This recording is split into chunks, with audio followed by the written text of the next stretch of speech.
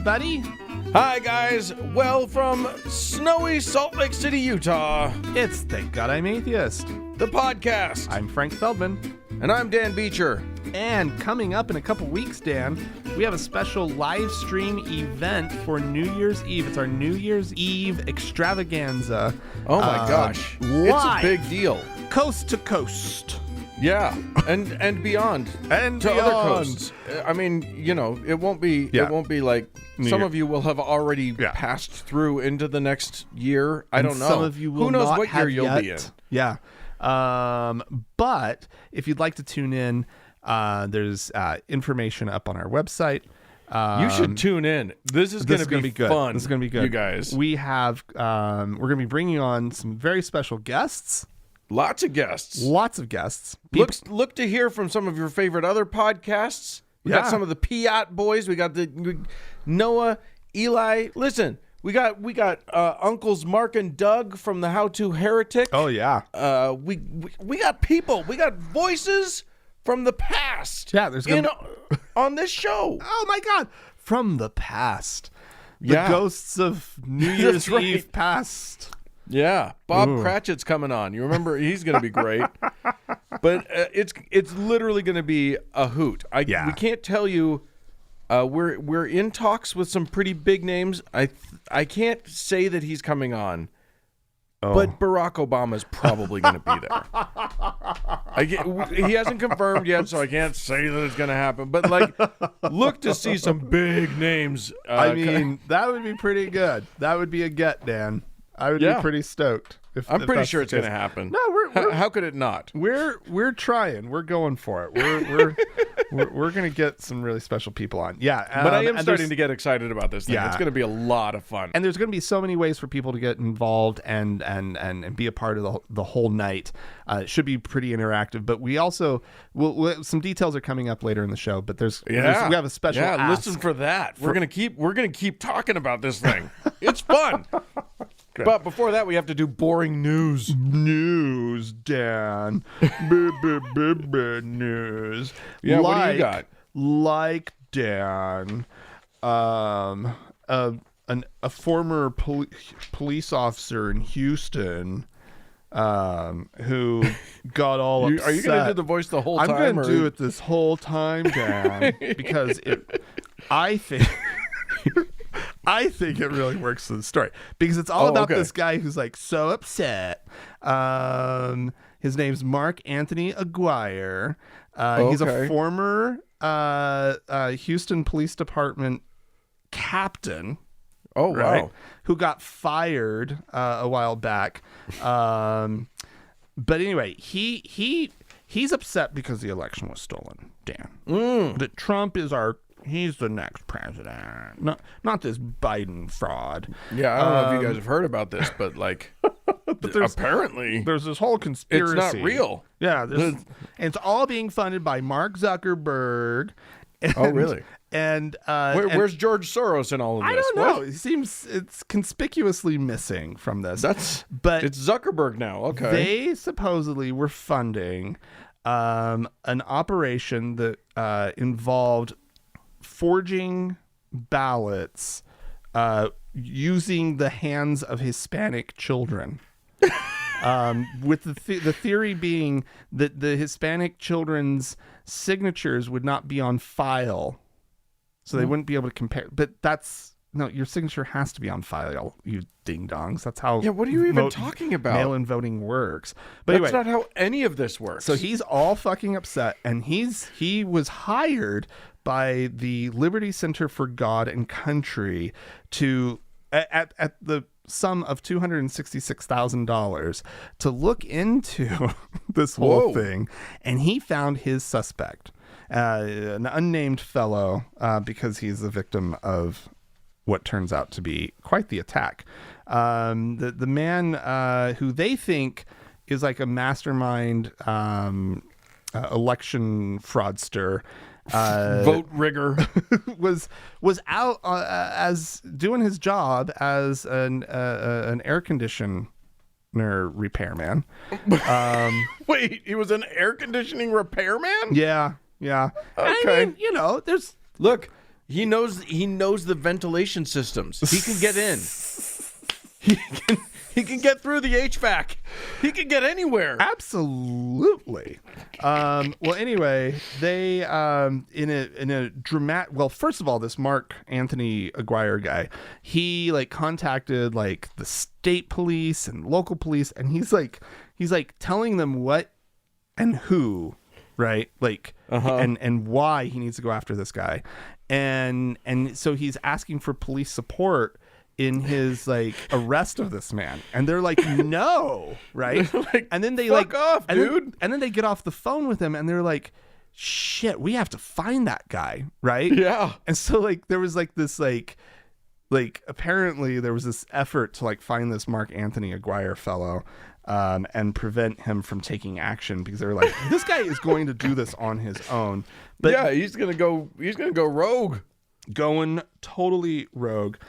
He set up an operations center in like a La Quinta or something, and then La Quinta, for those of you who don't speak Spanish, is Spanish for next to Denny's. It wasn't a La Quinta, but it was something equally like might as well have been something along those lines. Oh, so it could have been next to an Applebee's. We don't know. Yeah. So anyway, this guy's in a heap of hurt, because as he like does this like traffic stop with this poor guy just driving his box van, he ends up like the police end up catching up with him, and they arrest him and his accomplices. And basically, this is according to the Harris County District Attorney Kim Ogg, who said that Aguirre crossed the line from dirty politics to commission of a violent crime, and we were lucky no one was killed. Wow. His alleged investigation was backward from the start, first alleging a crime had occurred, and then trying to prove it happened. But this was, again, I should get back to the whole thing of like who was supporting this and who had paid for the whole operation. It's follow the money. Yeah, the Liberty Center for God and Country. That sounds totally legit, and nothing nefarious could happen there ever. Right. According to their Facebook page, the goal of the organization is to provide the bold and courageous leadership necessary to restore our nation to its godly heritage by following the strategy that our pilgrim forefathers gave us. Which I want them to do, because the pilgrim forefathers' whole strategy was just leave the country that they didn't like. I know. Do that. Do it. Go someplace else. I think that's find yourself absolutely wonderful. You're being an island somewhere. Absolutely. You'll be so much happier. Yeah, except for there will be somebody who already lives on the island, and if they follow the whole pattern, woe be it to the people who already live there.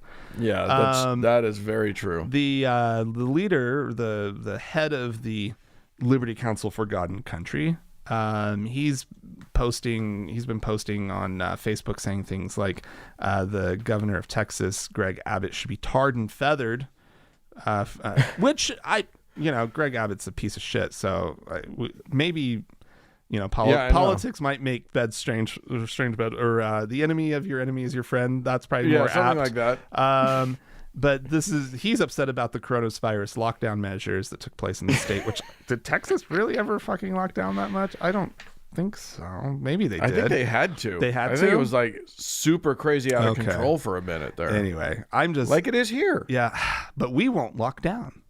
No, that'd be crazy. Anyway, apparently this organization has raised more than $600,000 over the 3-week period leading up to November 1st, with the express purpose to hire private investigators and attorneys to discover, expose, and disrupt the Democrats' massive election fraud scheme in Harris County. Also the Democrats' massive scheme to try and keep their buildings heated or air conditioned as need be. Yeah. The one thing, so I do want to get back, I'm kind of jumping around a little bit, but this Aguirre fellow, He said the victim of his crime had been using Hispanic children to sign ballots. I just kind of have to revisit that, right?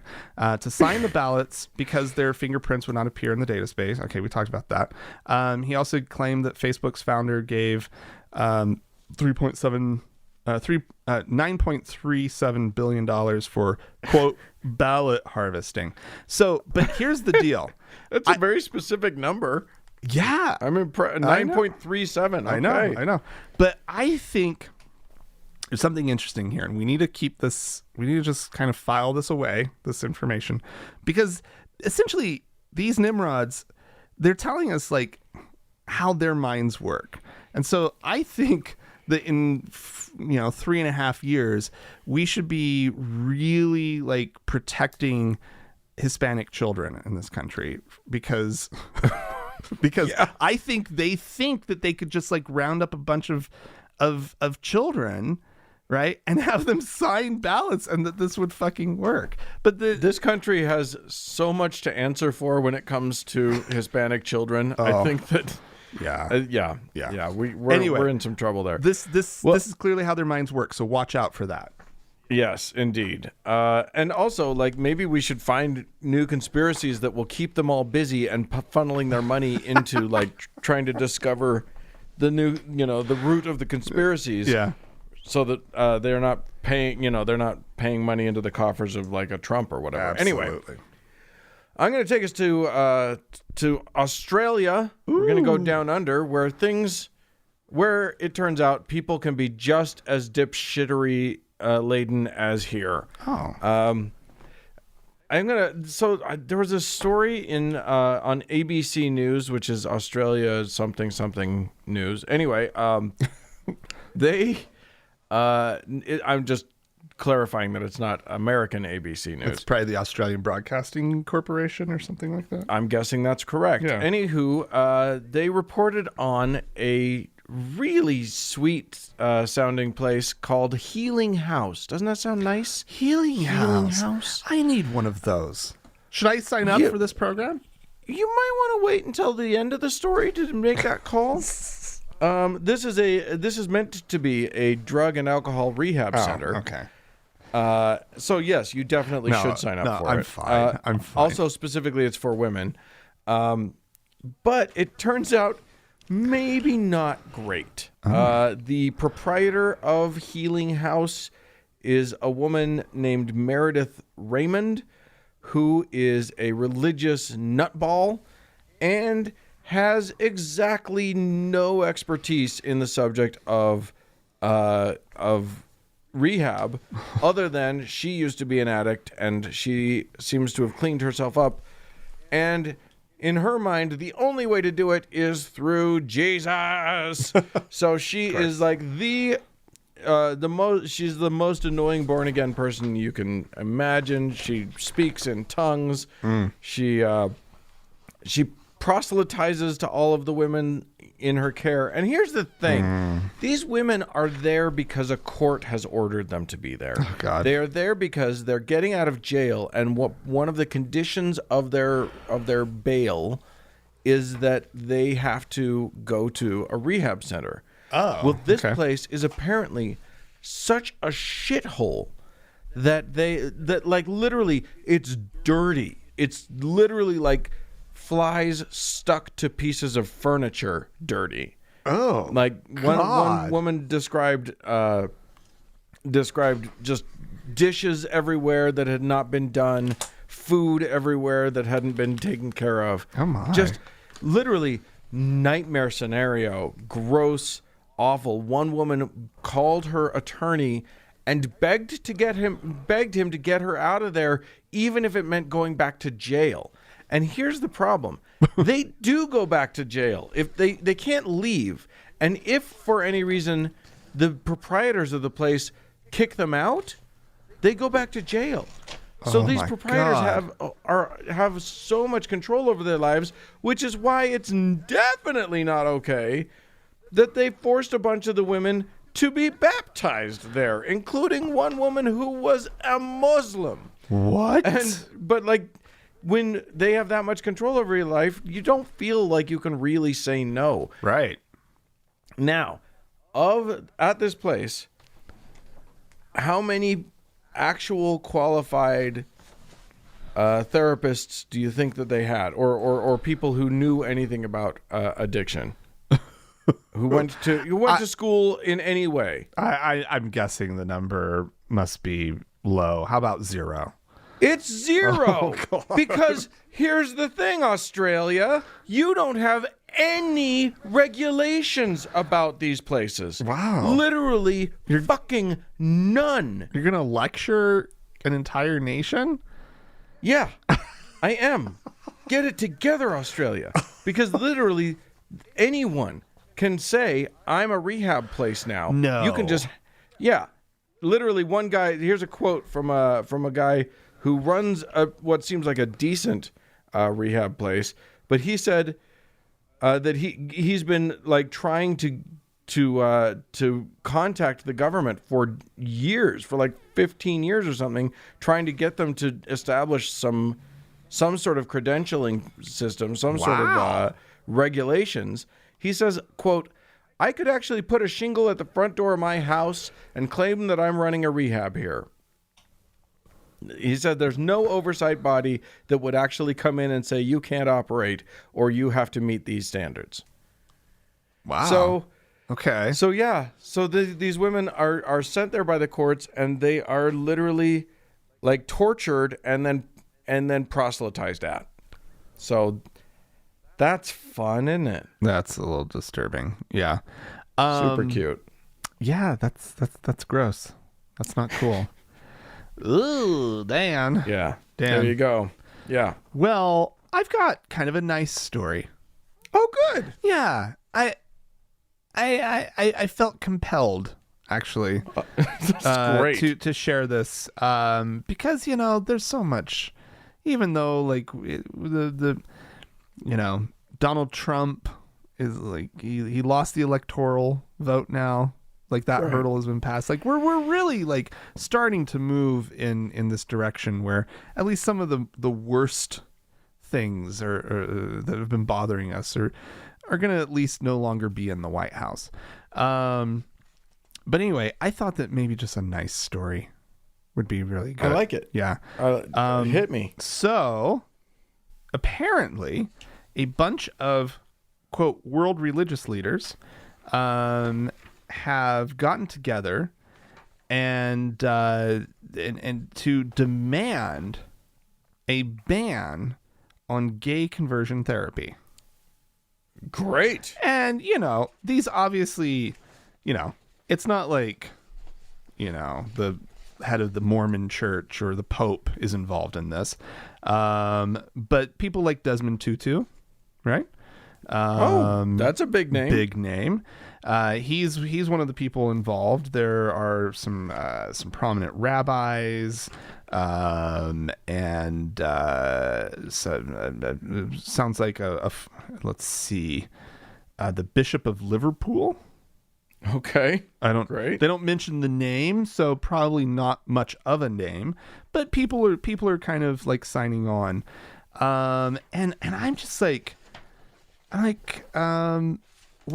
What's going on here, right? Like, have the gays really like gotten you don't to trust it? Have we gotten to why? Like, no, it's more like the gay rights movement and gay acceptance has gotten to a point that like now it's like they got to cozy up with us. Is that? I don't know. I don't know, man. For every one of those leaders that signed on to that thing, I can find you 10 who are like, no, convert them. No, I know. Torture them back to straight. We need gay is bad. What's important about these kind of stories is that they bring up the flip side, right? Right. Even this one article, in this one article that's both, sort of not celebrating, but, being very positive, like obviously this is a good development that's being reported on. But in that very same story, they also mention that 69 of the UN's 193 member states still outlaw gay sex, right? And that the only places in the world that have introduced nationwide bans on conversion therapy are Brazil, Ecuador, Malta, and Germany. And so, like, in no way should we be seeing a group of anybody getting together as like, the tide is really turned on this issue, right? But it's always nice that, when I'll take it when Desmond Tutu gets up and calls for an end to gay conversion therapy, right? 100%. And for anyone who's unfamiliar with gay conversion therapy, it is just literally trying to torture gay people into not being gay. Right. It doesn't work. It's scientifically proven not to work. Yeah. It's scientifically proven to be damaging, and yet people still want to do it. Right. So, sweet. It's cool. Hippocratic Oath, I guess, doesn't apply. So, anyway, I'm going to give more good news. It's terrible news. This is terrible news. Oh, no. You mentioned earlier about things happening in the White House and how, it does seem like the major chances for shenanigans where Trump might find some way to weasel back, to wrest this election away from Biden. Yeah. They're dwindling. Yes.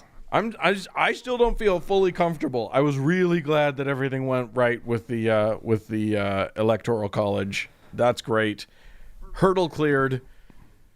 I feel like there's very few more chances for any kind of shenanigans here. But, as long as the U.S. Marshals, cooperate in like removing him, like physically from the White House, we're gonna be fine.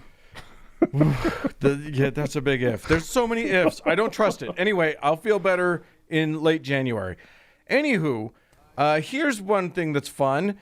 President Trump is still president and will be for a while, for like a month. And guess what he's going to do? Fuck things up as much as he can, as fast as he can. And one of the things that he's been doing, that he did, he fired Bill Barr. Why would he do that? It's like, you've got weeks, dude.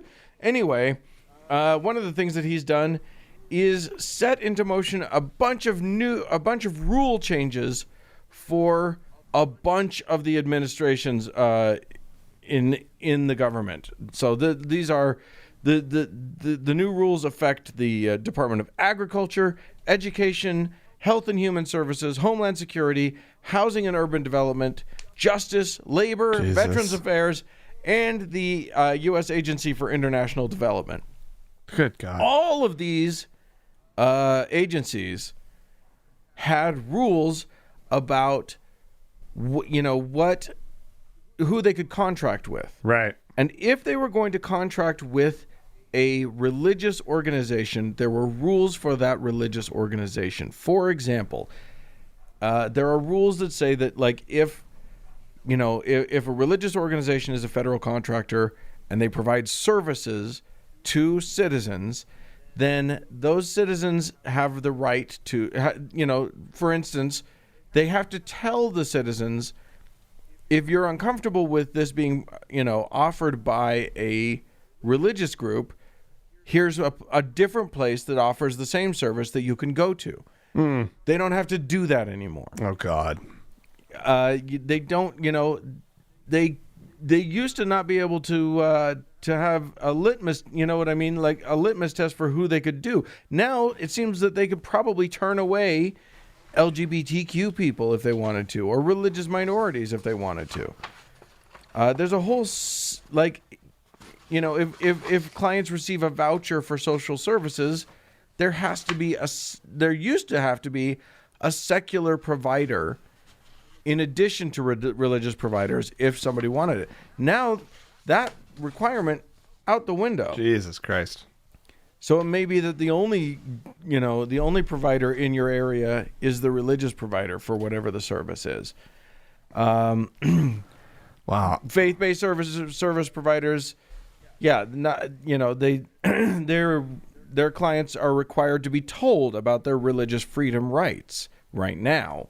But when this new rule goes into effect, right before Trump has to leave, like the 18th of January is when this new rule has to go into effect. Basically, now these service providers will not be required to tell their clients about alternatives. Jesus.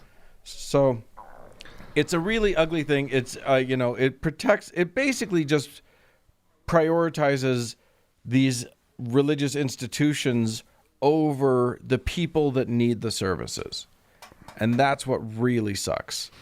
And this is something that the Biden administration can totally just undo.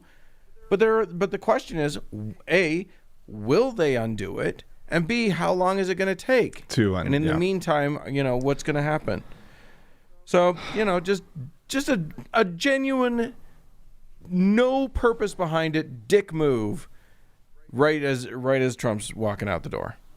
Look for more of those. They're coming. Well, there's going to be lots. Yeah, I mean, I think a lot of it is probably strategic on their part, right? To like gum up Biden's administration with all these things that they know Biden would want to roll back, right?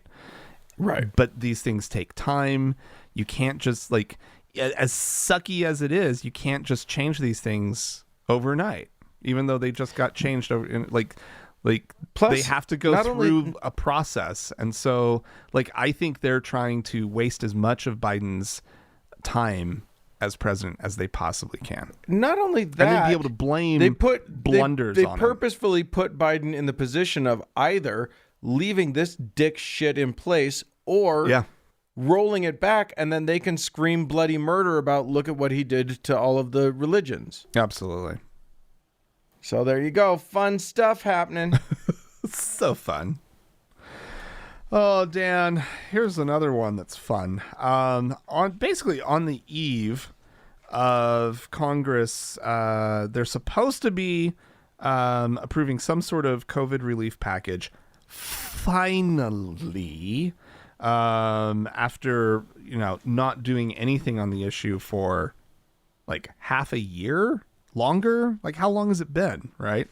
But right on the eve of that, some news has come out about how a lot of the PPP loans, that was the payroll protection program that was part of probably I think the first COVID relief bill that came out in March or April. And the program was designed specifically. I mean, it's right in the name. It was about about allowing small businesses to be able to keep people on their salary during a time when beautiful.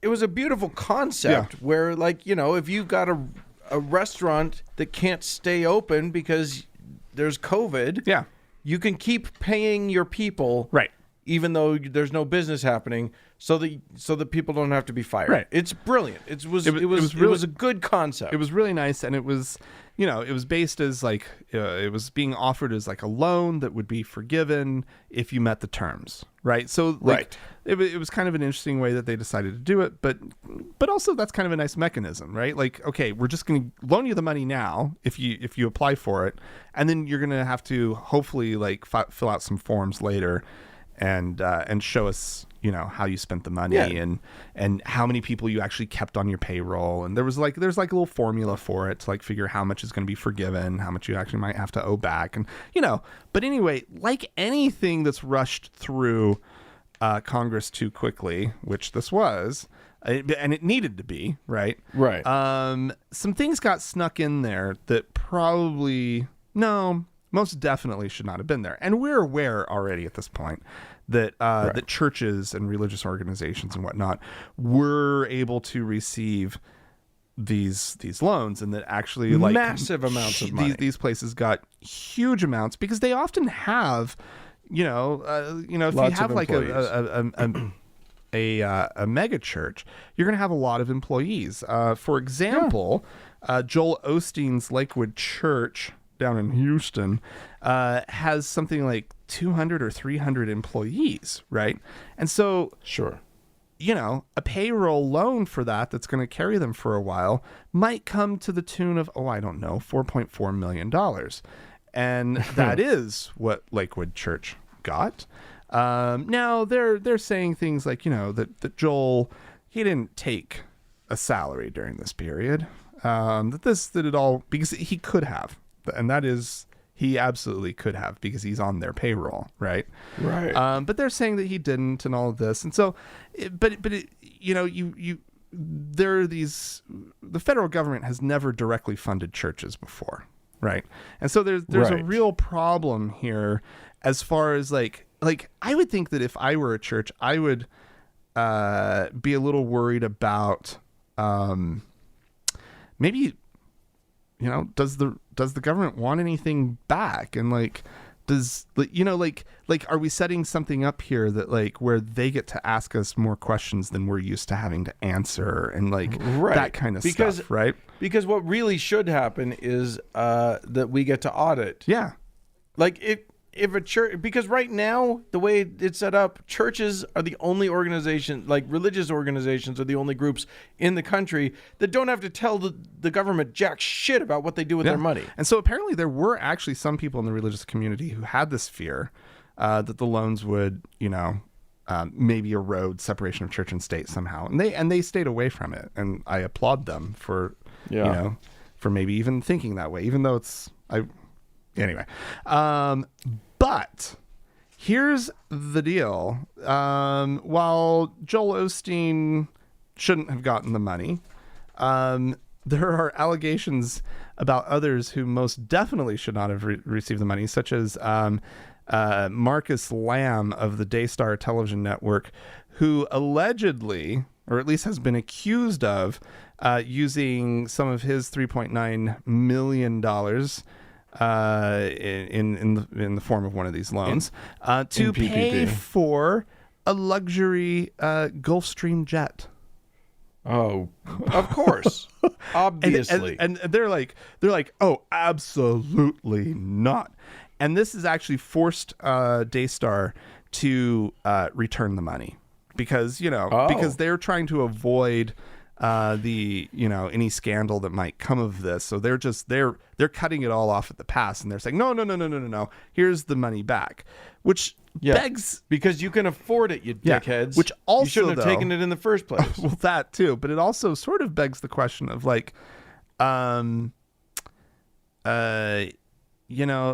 if you're so confident that you were using it correctly, why not just show us the paperwork? Right? Yeah. Why not just open up a little bit, Yeah, if you were just using it for payroll, but you can show us that. Seems that is demonstrable. They maybe might have paid for a Gulfstream jet with it. That just kind of sounds like it to me. I mean, I don't want to make accusations or anything, but unfounded accusations. But look, no matter what the case, if you take if you take millions of dollars of government bailout, and then suddenly you have a brand new jet, it's not a great look. It's not a great look. It's not a great look. Right.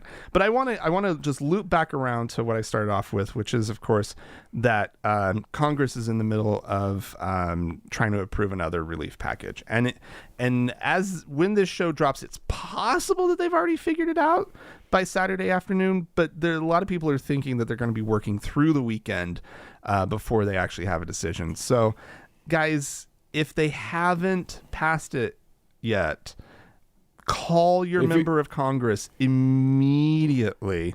Do whatever you can to urge them to have better controls about where this money should go, and that it should not in any way, shape, or form be going to any kind of religious organization, period. Not even for payroll. Who cares? No, fuck them for working for a church anyway, for feeding their family from a church. Yes. No, I think that the way that probably should have been handled is they probably should have said, oh wait, we've got a little bit of a problem with the churches and they might not be able to make their payroll. They're going to obviously be laying people off. Let's make sure that the federal government is providing like some unemployment to those people. Yeah, right. That's what they should get. And there was that in place. So yeah, no bailout for churches. Right. They should not exactly because, I mean, yeah, totally. Yeah. All right. Well, speaking of churches, I am going to. I'll close out our news section with just an interesting thing, which is that some evangelical Christians here in these United States have actually started to catch on to the fact that Trumpism might not be great for them. Oh? And might even not be Christian, which you and I have been saying, and all of our listeners have been saying the whole time, which is like, have you read your book? Yeah. Have you seen what that Jesus guy was kind of all about? Because no kidding. It ain't what Trump talks about. Well, a few bold Christians have actually caught on to this fact, including one, Karen Swallow Pryor, who I will not make a joke about her name, but she tweeted. Here's her tweet. While I did not ever vote for Trump, I did vote for local and state GOP candidates. I'm a lifelong conservative, after all. I am now embarrassed and ashamed that I did so. What a bunch of money-grubbing, power-hungry, partisan cowards who care nothing about conservatism. Well, good for her. And she's not the only one. Good. Beth Moore, who's an evangelical bigwig, pastor of some sort. She had a tweet. I do not believe these are days for mincing words.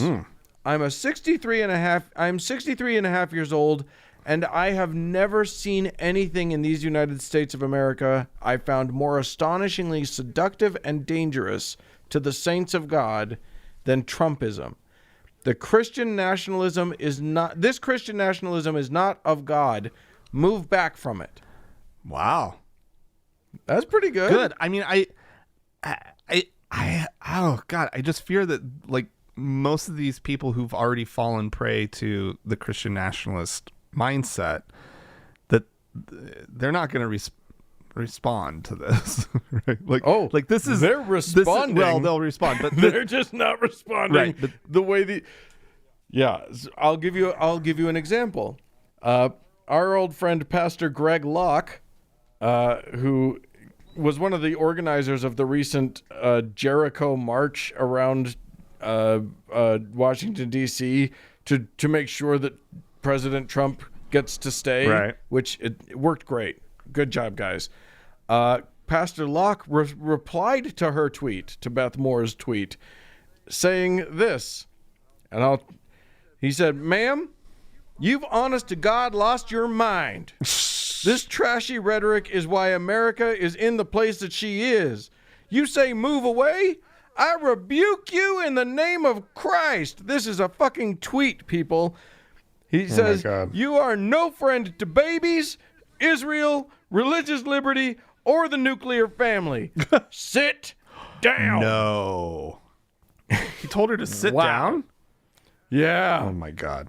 So the optics on a white dude telling a woman to sit down are not awesome. No, he doesn't care. Oh no, he does. He cares. He loves those bad optics. He's proud of being a shitty old man. Oh, he is. He loves every bit of his misogyny. So there you go. Some people might be seeing it. Who knows? But it's definitely the vast minority for sure. But you know, they might be seeing it. I know. I hope people in the rank and file can that they're not all completely lost. I just worry that they are. Well, we'll see. It's going to take so much more than that. Who can predict? I can't predict. If you at home can predict, feel free to write into us. podcast@thankgodimatheist.com is the email address. Or call and leave us a voicemail. The telephone number is 424-666-8442. Stick around, guys. There is more show coming up.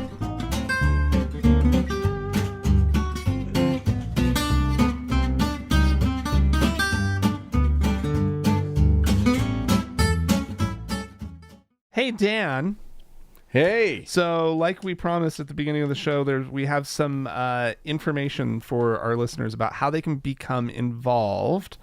In the New Year's Eve extravaganza spectacular. Exactly. So, because we want you guys, we want to hear your voices. We want you people involved. It's not just about us. Yeah, absolutely. We want to celebrate our whole community, and we want you guys to be able to have a voice in that. And so what we would like to ask for anyone and everyone, like this could be a lot of fun. We're asking for you guys to submit videos, right, that you can just shoot with your cell phone. Like a 1 minute long video. Send it in to us, wishing everyone in the community a happy new year, right? And tell us why you're looking forward to 2021. And you can take any spin on that you want. Like, and you can come in any form you want. Like, you want to get super creative, get crazy creative. The only real rules here are that A, keep it under a minute. B, we don't know, and understand, we don't know how many of these we're going to get. We certainly can't promise to put everybody out there, but we're going to really try to get as many of these up as we can. But yeah, keep it under a minute. Tell us what sucked about 2020 and what you're excited for 2021. And just send them in. You go to our website. It's thankgodimatheist.com/NYE videos. So thankgodimatheist.com/NYE videos. And there will be instructions there on how you can upload the video to us. Hey, we got somebody. I want, this is the time when we play a voice from the world. Voice? I want a voice? Yes. A voice from the world. And this voice is Deanna Lorraine, who is just a clear treasure. She is from InfoWars. I didn't know that InfoWars had anybody that wasn't Alex Jones, but here she is, and she is talking about the COVID vaccine that's rolled out. She has some misgivings. Apparently, Donald Trump just said he's willing to take the vaccine also live on TV. He said he's also willing to take the COVID-19 vaccine live on TV. And again, I don't like this. Trump, probably 80% of your base does not want that vaccine. They are not willing to take a foreign rushed substance and jab it into our arms. I don't care who takes it. I don't care if Jesus takes it. I'm not taking the vaccine. And it's weird. And it makes me feel uncomfortable that President Trump is jumping on the bandwagon with Obama and the Clintons and Bill Gates and now Fauci and Cuomo saying they're going to take this live on TV. We don't care. In fact, the more you guys do this weird, desperate attempt to try to convince us that the vaccine is safe, that was rushed at warp speed, the more uneasy I feel with the vaccine. I don't care if President Trump. So President Trump, if you're smart, if you don't want to lose your base of support, please don't keep jumping on this vaccine bandwagon and saying you're going to join these clowns and take the vaccine live on TV. Please. Oh, they're so done with Jesus, Dan. Jesus himself. If Jesus were to take the vaccine, she's still not going to do it. She's smarter than all of them. Oh my God! And it's just so weird and uncomfortable that Trump would do this. Just weird. Can I just say, a friend of mine on Facebook who is an ER doctor, and has been sort of talking about this whole time, and he's actually relatively conservative about everything. Yeah. He didn't want there to be, mandates if they didn't need to happen. He was, he was a sort of like, let's wait and see on a lot of things. Now he's not, because every bed in this fucking state is full, right. and people who need care aren't getting it because, this sucks. And he just got his vaccine because he's a, frontline guy. Yeah. But he made a really interesting point about the vaccine, which is because, yes, we don't know what the long-term effects of this vaccine are, if there are any. We don't know, it's brand new tech in terms of vaccine tech. It's the mRNA thing, and we don't know if there are new consequences to that we don't have any understanding of. But guess the fuck what? We also don't know what the long-term effects are of a COVID infection. Right. So you're taking a chance either way. We know for a fact that there are some currently viewable long-term side effects that can happen. It's not guaranteed that it'll happen, but there are definitely long haulers who are getting infected with COVID and really struggling. Yeah. But you're taking a chance either way. You might as well try to just not get the disease and go get the vaccine, everybody. Just when it's your turn, definitely do it. And unless you have some, very valid medical reason not to. Anyway, we had some folks write into us. Indeed. This is from first Michael, who says, "Hey guys, I don't know if you've noticed, but Christianity seems to have a real stronghold on the holiday music selection. So I wanted to write in and urge everyone to watch and listen to the great Tim Minchin's atheist Christmas song, White Wine in the Sun," which I also encourage this. I will warn you, it makes me fucking cry every single time because it's not a Christmas song. It's about getting together with family and how special that is. And it's a very sweet song. Oh, Dan. And I'm a sap. What can I say? I'm a sap. This is an unsigned email that we got. It says, I watch YouTube. I watch a YouTube who covers a lot of MLMs. That's multi-level marketing, for those of you who don't know. Formerly known as pyramid schemes, but now they actually have a product, so they're not called that anymore. This person goes on, from her and my own personal experience, multiple MLMs are located in Utah. That's true. Is there some reason why so many MLMs are in Utah? Are MLMs especially attractive to Mormons?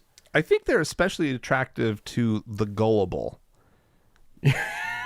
And so, I don't know, there's something slightly especially gullible about Mormons, right? Is that what it is? Kind of, but I think that the real reason that they are so huge here, and you're not imagining this. Yeah. It's an enormous thing here. But I think the reason is because Mormons have built-in networks. Yeah.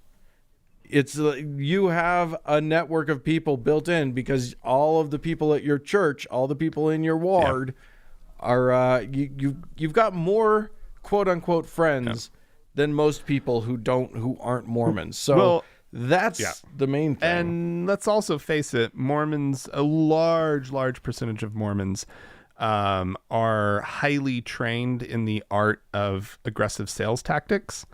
That's true. They were all trained. Like a lot of these people went on missions. And at the time, as a 19-year-old, when you're being trained with like these really manipulative, techniques to like try to get the hard sell. As to like how to get people to commit to things. They called it the commitment pattern. And it's just sales. It's like now as an adult, I see everything that they were teaching us were just sales techniques. So right. Yeah, and plus not only that, but then Mormons trust other Mormons a lot. So actually you can do pretty well with an MLM selling to your friends and neighbors because they trust you. And I'll add this to it. There doesn't seem to be a lot of scruples amongst sort of Mormon businessmen as long as things are legal. Right. So it doesn't matter if you're screwing somebody over as long as it's legal. to screw them over. Totally. That's so true. That's just like Utah to a T in my mind. Yeah. Yeah. Yeah. Some of the most like evil business practices I've ever heard of were done by, practicing good Mormons. Yeah, exactly. So there you go. Max in Mississippi wrote into us with this final thing. Earlier this week, Governor Tate Reeves of Mississippi declared this Sunday a day of fasting, prayer, and humility. Oh, good. Isn't that nice? That's nice. Yeah. Max says, I know that it would be easy to make this into a joke, and it is, you're right, or sneer about the people in Mississippi, but there is something tragic in this story. Indeed, my heart breaks. It's damned hard to be an atheist down here, but Mississippi is my home, and the people of this state deserve something more than this piece of theater. Yeah. In his address, the governor asserts that we know there is power in prayer, but I cannot imagine a more wrong-headed statement. I sometimes ask people who say such things, why did God ignore the prayers in Auschwitz? Or why did God allow Africans and African Americans to endure generations of slavery? They shrug and say something about God being mysterious or free will. And now we are asked to humble ourselves before a God who presumably unleashed this virus upon the fragile and mortal beings he created? To what end? The people of Mississippi are among the poorest in the nation. We bear the legacies of slavery and racism. We suffer from chronic diseases and high infant mortality, and we die all too young. I have witnessed scenes of poverty in this state that are absolutely shocking. How much more humble can we be? In trying to unite the people of the state around religion, he is not only putting the power of the state behind religion and stoking intolerance, he is ignoring the simple truth that science will save us from the pandemic. If we want to be grateful and humble, we should direct those feelings toward the educated and dedicated researchers who discovered how to make vaccines from strands of mRNA. I wish that people could see that and be inspired and proud. Thanks for all you do, Max. So, yeah. That was a nice email. Yeah. I don't know that there's much more to say about it. He said it really well, so thank you, Max. Yeah. Well, we have some donors to thank, Dan. Well, I think we should do just that then. Let's do. And we have a handful to thank. So we have 2 new deacons. We have Bettina and Keely. So thank you to the both of you. Thank you so much. And we have 3 priests, Dan. We have John, Marzina, and Kenneth. And I want to also mention here, we've got a mix of euros and pounds in here. So we will take your local currency. So yeah, whatever crazy currency you're rocking. Apparently, we'll just take it. We're fine with it. We are shameless about that. So anyway, thank you guys so much. It means so much to have your support. And what these folks did is they went to our website, thankgodimatheist.com, clicked on the support tab, followed it on over to Patreon, and became patrons of the show. So that's just fantastic. And then, as always, Dan, we have our top donor, our Lord and Savior, Davis. Still the reigning champion. I know. Way to go, Davis. Thank you so much.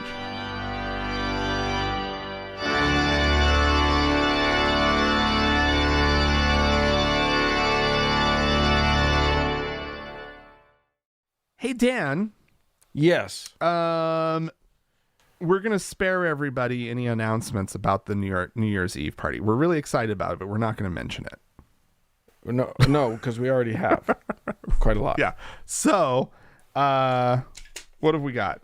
So instead, what we're going to talk about is critical race theory. Oh, yeah. Yeah. And the reason that we're going to talk about this is because of a story that came out last-ish week about a group of Southern Baptist seminary presidents.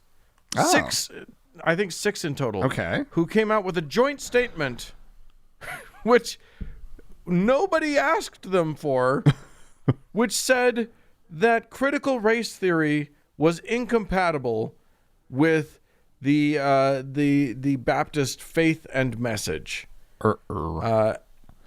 Now, just for anyone who's unfamiliar, critical race theory is, it had its origins back in the 1980s. It basically, the long and the short of it is that there is systemic racism in various cultures, including the American society, which is true. That individual races, an individual racist doesn't need to exist for the institution to be continually racist, to have racist policies and procedures and that sort of thing in place, and for the institution to continue as racist and to hold people back. And that, and it also kind of acknowledges that, like, white supremacy exists, and that white privilege exists, and that some races happen to just sort of by virtue of just being who they are, they happen to have an institutional advantage. For anyone who is a thinker, and if you're not on board with this, you got to come around. This is all very clearly and obviously true. Yeah. It's just all you have to, like, it doesn't take long to look at like the arguments being made by very smart people and realize that this is very clearly the case. Yeah, all you have to do is look at, I mean, if you're American, just look at America and the society that you live in and ask yourself some questions about, how you're treated and the advantages that you might have versus those of another. And none of this is to say that it can't be hard for a white person. None of this is to say that white people don't experience poverty and difficulties. Right. Oh, it's absolutely. not. That's not the question here. The question is just, was your race one of the things holding you back? And if you're white, it wasn't. And if you're not white, it may have been, or probably was, or probably is. Yeah. Anywho, it's not that hard. It's not that controversial. And it doesn't mean, and knowing, believing in critical race theory doesn't hurt you. It doesn't do anything to you. So the fact that these seminary presidents felt the need to come out and say, oh, we're definitely not going to teach that, and that it's incompatible with their statement of faith is insanity. It is, what it proves is, and why should I be surprised by this? It is the Southern Baptists. They've got the word Southern right there in their name, for crying out loud. We talked about, 2 months ago on the show, the Southern Baptists. There's a group of them who are trying to drop Southern, right, from their name because their concerns over, obviously, their own racist past in their religion, right, in their church. And people who don't live in the South are like, I don't know. Yeah. I'm probably not going to join a church that's like, they're a little bit on the racist side. And because, it's an organization. Southern Baptists were founded by people who owned slaves and who wanted slavery to continue as an institution. So it's like, they're not great. But here's the thing. The South is packed full of people of color. Yeah. And a lot of them are Southern Baptists. And now, with this statement, there was one pastor that I read about this week who broke, he's a pastor of a big mega church, and he's disaffiliating with the Southern Baptist theological, whatever it is. He's disaffiliating because of this, because he's black. And how do you be black and hear that and be okay? But so really, you and I come from Mormonism, and Mormonism has danced around this game for a long time too. Has its own special history with race. And it is special. But it's like basically all that acknowledging critical race theory would do to these people is it would sort of make them look at their own institution. Yeah. All it asks of them is like, are there ways in which your institution might have sort of systemic racism, on some level? And they just don't want to do it. Yeah, well, they'd have to admit that their little tribe, that there's something that wasn't perfect about it, right? Yeah. And that's shitty thinking. We all need to be willing to face the problems with that any group that we belong to might have, right? With whatever it is, that kind of just blind loyalty to a group and just defending it just because, right? I mean, that's all they're doing. It's just right. Anyway. Yeah. So there you have it, and of course now the deflections start, right? So now they're saying, well, this is just part of a whole Marxist thing, which they get from nothing other than somebody has successfully associated the Black Lives Matter movement with Marxism, and the Black Lives Matter movement does embrace the concept of, critical theory and critical race theory, and therefore critical race theory is Marxist, which, that's not necessarily a good argument or true or, logical. But at very least, then they can deflect away and say that it's just communism. This critical race theory, critical theory in general, it's just communism. Oh my God! And everybody's that way they can look at people and say everyone's lot is of their own making. This isn't about the institutions. This isn't about the society. It's if you're poor, if you suck, that's your fault. Too bad. Well, yeah, and God wanted you to be poor anyway, so. Right?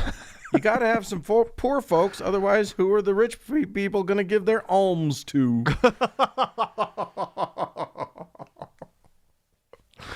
Indeed. Yeah. So there you go. Religion is racist, everybody, just so that you know. That's they every now and then they like to come out and say it with their out loud voice, which is a bad idea, but they do it anyway. So, there you go. If you have anything that, I'll bet a bunch of our listeners have a bunch of stories about the racism in their religious pasts. Ooh, I'd love to hear them.